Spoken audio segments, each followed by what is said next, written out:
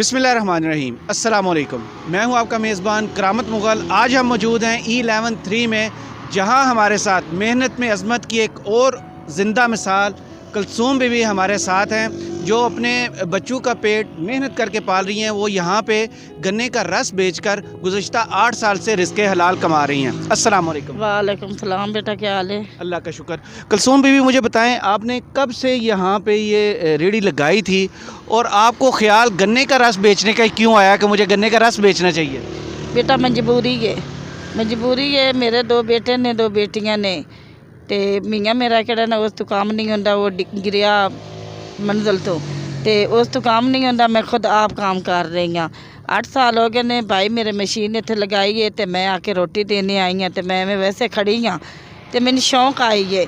मैं आख्या लोगों ने कम्मां नालों ते बुराई नालों मेहनत करन नालों नशा वेचण नालों अपनी मेहनत कर रही हाँ। बेटियां वड्डियां ने, बेटे छोटे ने, तो मैं आख्या मैं खुद अपने पाँव ते खलो के अपनी मेहनत कर रही हाँ। इस तो कर रही हाँ बई गुंजाइश नहीं है, मुश्किल तो मुश्किल गुजारा हो रहा है।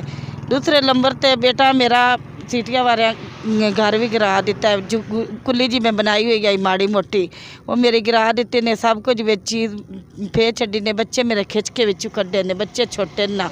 तो पुत्र मैं अपनी मेहनत कर रही हाँ। 8वां साल चढ़ गया, मैं अपनी मेहनत करती पई हाँ। आप कहाँ से यहाँ पर आई थी और आने की वजह क्या? आपने वहाँ से ही सोच लिया था कि मैं वहाँ जाके कुछ जॉब करूँगी, काम करूँगी, या इधर आके आपको हालात ने मजबूर किया कि मुझे ये काम कर? हालात बहुत मजबूर है, मजबूरी के मेरी हालात बहुत मुश्किल तो मुश्किल मेरे हालात हो रहे ने। बच्चियां वड्डियां ने, दस क्या करा, पुत्र छोटे ने, बंदे तो काम नहीं होंदा। मुझे फिर सारा नाल होंदा है, झूठ क्यों मारा, उस तो इतना काम नहीं होंदा। खुद मैं आप कर रही हैं काम। जब से आपने रोड साइड पे ये लगा के गन्ने का रस बेच रही हैं ठेला, तो लोग जो गुज़रते हैं वो रद्द-ए-अमल क्या उनका है? वो आके गन्ने का रस पीते हैं या कोई लोग तंग मंग करते हैं? कोई इस तरह का कोई वाक़या तो नहीं? नहीं, कोई तंग नहीं मैं करते, मेरी मदद करके टुर जाते हैं। तो मैं ये आनी हाँ भी किस तरह मैं काम कर रही हाँ, इस तरह हर कोई काम करे। ये मंगण कितना सख्त गुनाह है, देने वाले भी गुनाह है, लेने वाले भी गुनाह है। मैं नहीं मेहनत करनो तो रात के 10-11 बजे तक बैठनी हाँ ना। मैं महसूस लगता है भाई ये किस तरह काम कर रही हाँ। हथ मैं खुश होनी हाँ। मैनू ना कोई तंग करता है, क्यों मैं आखा मैं तंग करते, मैंने कोई नहीं कहते। पर मेरा एक कंबल मेरा घर सीटी वाले गिरा दिता है, मेरे बच्चे भी खिंच के कड्डे ने, बड़ा नुकसान मेरा किया ने। पर मेरे को पानी वाला पीने वाला बर्तन ने छड़िया, सब कुछ फे छड़िया ने मशीन नाल। पिछा मेरे नाल लैके आओ, मैं सन तकनी हाँ। खुद मैं आप मशीन चला के रश्क आप खुद चला के आनी हाँ। बच्चे छोटे ने, बंदे तो नहीं चल के आंदा। हुण भी गन्ने सारे 2-3 धोत आके मैं रखे पुत्र, मैं अपनी मेहनत कर रही हाँ। पर मुश्किल तो मुश्किल गुजारा हो रहा है।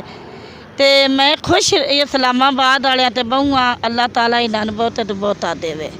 तो ये आइडिया किसका था कि एक मोटरसाइकिल पे ये ठेला बनाना या मशीन लगाना? आपने ख़ुद मोटरसाइकिल चलाना पहले सीखी, फिर आपने ये काम शुरू किया? नहीं, पहले मैनू जाच आउंदी सी कहने बाद। हाँ जी, पहले मैं चलाती गई तो बस मैं हौली हौली चलो के। पर वजन होंदा है, वजन चला के मसे लिया भी थी गए, काबू नहीं होंदी मशीन हो, क्योंकि इस पास वजन ज़्यादा है मशीन का। तो बेटा मैं ही आनी हाँ भाई किस तरह मैं काम कर रही, इस तरह लोग काम करन खा। मैं शर्म नहीं आउंदा हुण, क्यों मेरा ना एक बारी ना जाका उतर गया, क्यों मेरे छोटे छोटे बच्चे ने। मैं आनी मैं अपनी मेहनत करा, किस तरह मैं करनी, इस तरह हर कोई करे।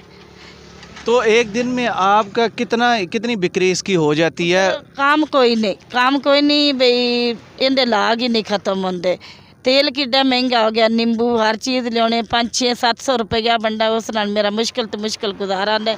बच्चों की फीस देवा मेरे गुंजाइश नहीं, सरकारी च मैं नहीं पढ़ा रही, मैं प्राइवेट नहीं पढ़ा रही, मैं सरकारी पढ़ा रही हूँ। बच्चे 3 बच्चे पढ़ते पे ने। अच्छा, तो आपने ये कितने सरमाए से आपने ये काम शुरू किया था? आपने खुद किया था या आपको किसी ने ये काम पूरा खर्चा करके ये लगा के दिया था? नहीं, मेरा भाई की मशीन है, मैनू उन्हें दिती है। अम्मी और मेरा भाई इत्थे लगांदा, तो मैं खुद आप मशीन हो मैं चलाने आई हाँ। तो मैं आख्या मैं शौक आई है, तो मैं आप खुद चला रही हाँ। गन्ने का रस वैसे गर्मियों में लोग ज़्यादा पीते हैं, आप सर्दियों में भी गन्ने का रस ही लगाती हैं? आपने कभी नहीं सोचा कि इसको चेंज करके कुछ और सर्दियों में लगाना चाहिए, गर्मियों में गन्ने का रस बेचना चाहिए? पीने वाला तो गए सर्दियां ਵਿੱਚ ही है, मौसम सर्दियां है, गर्मियां ਵਿੱਚ ਤਾਂ बर्फ डाली दी है ਤੇ पानी बन जाता है, ठंडा मजबूरी होती है। तो इस तो सर्दियों में गन्ना खाना जूस पीना ये अच्छा सेहत वास्ते। तो पुत्र मैं ये आनी हाँ भाई मेरे मजबूरी है, बहु मजबूरी वड्डी है, मैं इस वास्ते काम चला रही। बहुत शुक्रिया। अच्छा, तो आपने कलसूम बीबी की मेहनत से भरी बाहिम्मत कहानी सुनी। अपनी फ़ीडबैक से हमें ज़रूर आगाह कीजिएगा। अपने मेज़बान करामत मुग़ल को इजाज़त दीजिए। अल्लाह हाफिज़।